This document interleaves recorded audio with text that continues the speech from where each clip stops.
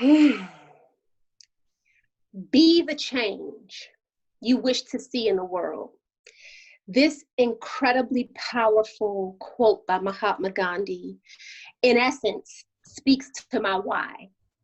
Why I joined AmeriCorps Project Change. Believing that my purpose was so much bigger than where I was. Believing that to see others, not just to look at them, but to see them, to embrace them, and to guide them is a huge part of why I am a proud part of AmeriCorps Project Change. When I look back and I reflect, the year began for me 3 years before I ever set foot in AmeriCorps' doors. It was a cold day in March in 2017 when I found myself asking questions of myself, probing really. What was I here to do? Who am I here to impact, and how will I impact them? What happens if I step out on faith? Because people always say that, step out on faith, right? But they don't account for the jitters and the self-doubt and all those questions that come up. So what was I going to do? What if I'd stepped out on faith and I succeeded? And it was armed with that yes that sent me on a quest to serve those who, in so many ways, I was not like them. I was them. And so I started this journey. And when I began to ask myself difficult questions, those that many people avoid, I found myself looking for a place. And I found that place to serve during the 2017 school year. And I didn't start, with like a big, huge group of people and all these things that, I guess if we operate on society standards, tell us that's how you know you're doing it right. When you have an audience of hundreds. I started with an audience of 6. I was volunteering at Gaithersburg High School in the Wellness Center. And it started with an ask. I did not really know anyone in the Wellness Center. I knew of some people, but I started with that ask. And may I start by saying it took me 6 months to gather the courage to ask if I could volunteer. And in doing so, it shifted the trajectory of everything else I touched after that, like really just set my life on a different path. And so between 2017 and 2019, I served in the Wellness Center, and starting with a group of 6 and expanding to a group of almost 40 with a curriculum, Courageous Queens, that I designed sitting in my dining room one day, asking myself questions like, if someone had guided me in this way, where would I be? If I wasn't afraid to ask these questions, what would I do? If there was someone who was willing to believe in me more than I believed in myself, who could I become? And that is how this whole thing began. I think that more importantly than anything else we do in life, it is our responsibility to nurture the human condition, to reach while we climb. It's not a gender thing. It's not a race thing. It's not a socioeconomic thing. At the very basic level, we all have a human need to know that we matter to someone, that what we do in this world is significant. And in that space, I met some incredibly powerful young people that because they are young thought that all adults assume that they don't know what they're talking about, that they haven't earned the right to have an opinion, that their role is to listen and be guided, not to do any guiding. I took a different approach.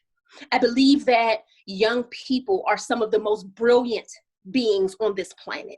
I think that they embody excellence in human form. I think they are brilliant in their own right. And when we listen to them, we might just learn something. So that's a note to all the people out there making decisions. Just know that a lot of the answers we're seeking and all the temporary fixes we keep applying are in the minds of young people that we keep underestimating. In that light, I met a young lady in September. Start of the school year, she comes in high school senior, and she is sobbing. She is so stressed out. She is feeling like she is just not going to make it. And I asked her, what's going on? And she said, you know, it's really hard for me to get to school every day. My family doesn't have a car, and it takes me an hour one way to get to school. And if I'm being honest with you, when you are struggling like that, when you don't know how you're going to survive, school can very quickly become a place that is not a priority.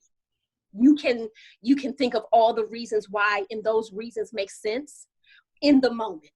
And I asked her, after listening to her, I asked her if I could be invited into her experience, if I could share my experience with her. And she said yes. And so I shared with her, I said, you know, I'm not like you in the sense that I can relate in some ways.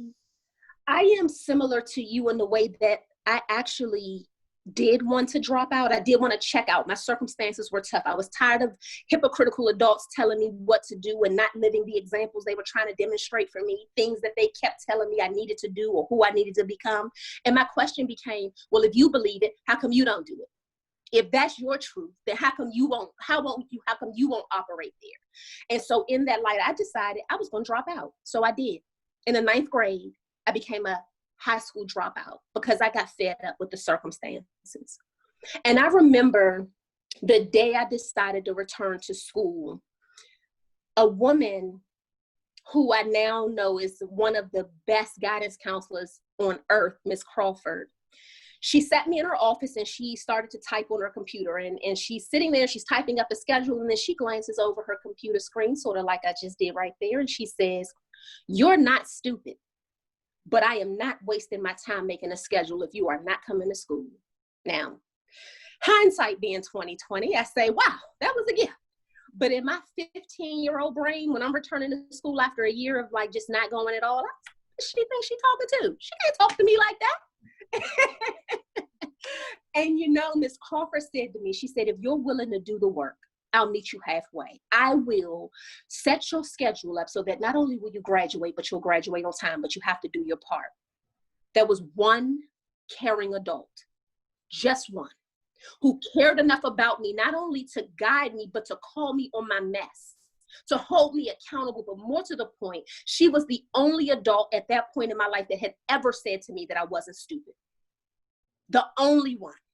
And so I decided I carried her with me every day. And I remembered those expectations. And it didn't stop me from, you know, veering off the path here and there. As a matter of fact, she honored her word and I honored mine. I did graduate. I graduated on time and at the top of my class, but that was not without bumps in the road, because you see, in 10th grade, I became a mother. So now I have my circumstances externally with my family and struggles there. And now I have a life that I'm responsible for. But because Miss Crawford said to me just one time, "You are not stupid," I kept replaying that in my mind over and over and over again.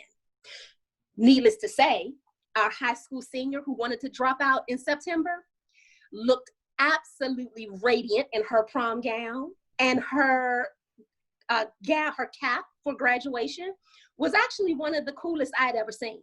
So it goes to show that just one person, one caring adult, can begin to disrupt the patterns and the limiting beliefs that so many of our young people face. I do serve unapologetically. I will continue to serve unapologetically. And I have to thank, I will be fully remiss to not celebrate and honor Mr. Paul Costello and everyone, every staff member of AmeriCorps Project Change, because they operate in integrity. It helps me to do the same, because they show us that no matter how difficult things get, we can keep showing up, that if we stay in the story of service, we can do anything far and above what we could have ever imagined. No one saw COVID coming. No one saw the world being shut down, but we continued to serve. And in serving, we executed a phenomenal year of service. And so I am so proud to say that I am not becoming the change that I want to see. I am the change I want to see. Thank you very, very much for this time. Thank you.